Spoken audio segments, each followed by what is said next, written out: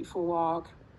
And those of you, and I see a lot of those of you that were in the previous call, we talked a lot about the oceanic wave of feeling, and how I like to teach people to be able to trust and release into the wave of grief, not trying to like tighten up in the wave, but to flow with it, because there is that chance of going and arriving at a quiet shore, at a peaceful shore, if you let yourself go under the waters.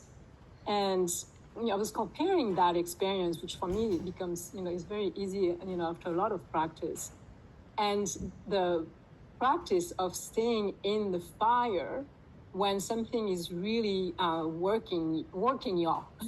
Like the cultural anthropologist Angelus Arians, beloved teacher of mine, kept me like, what's working y'all? What's working y'all? Instead of saying, hey, how are you doing today?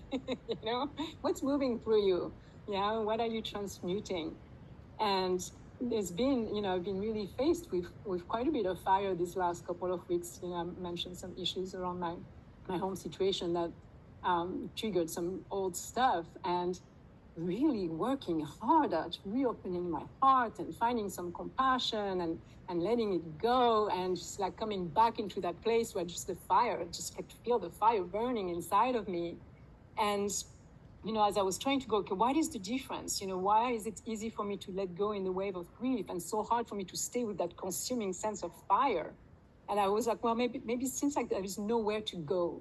I felt like with the fire that I'm not finding anywhere to go. So I stayed longer with it. And I could feel like that column, like that channel, that life force, that prana burning inside of me, and realizing that actually the only way it could go was up. It didn't want to go down. It could go only up. So then I tried to practice with that, and realizing that, well, up from where I was feeling my fire in my solar plexus, is next level is the heart. Okay, so here I am, I'm feeling my heart going like this, and I'm like, no, I won't reopen, and the fire wanting to go like, come on, stay in the flame and let it purify you.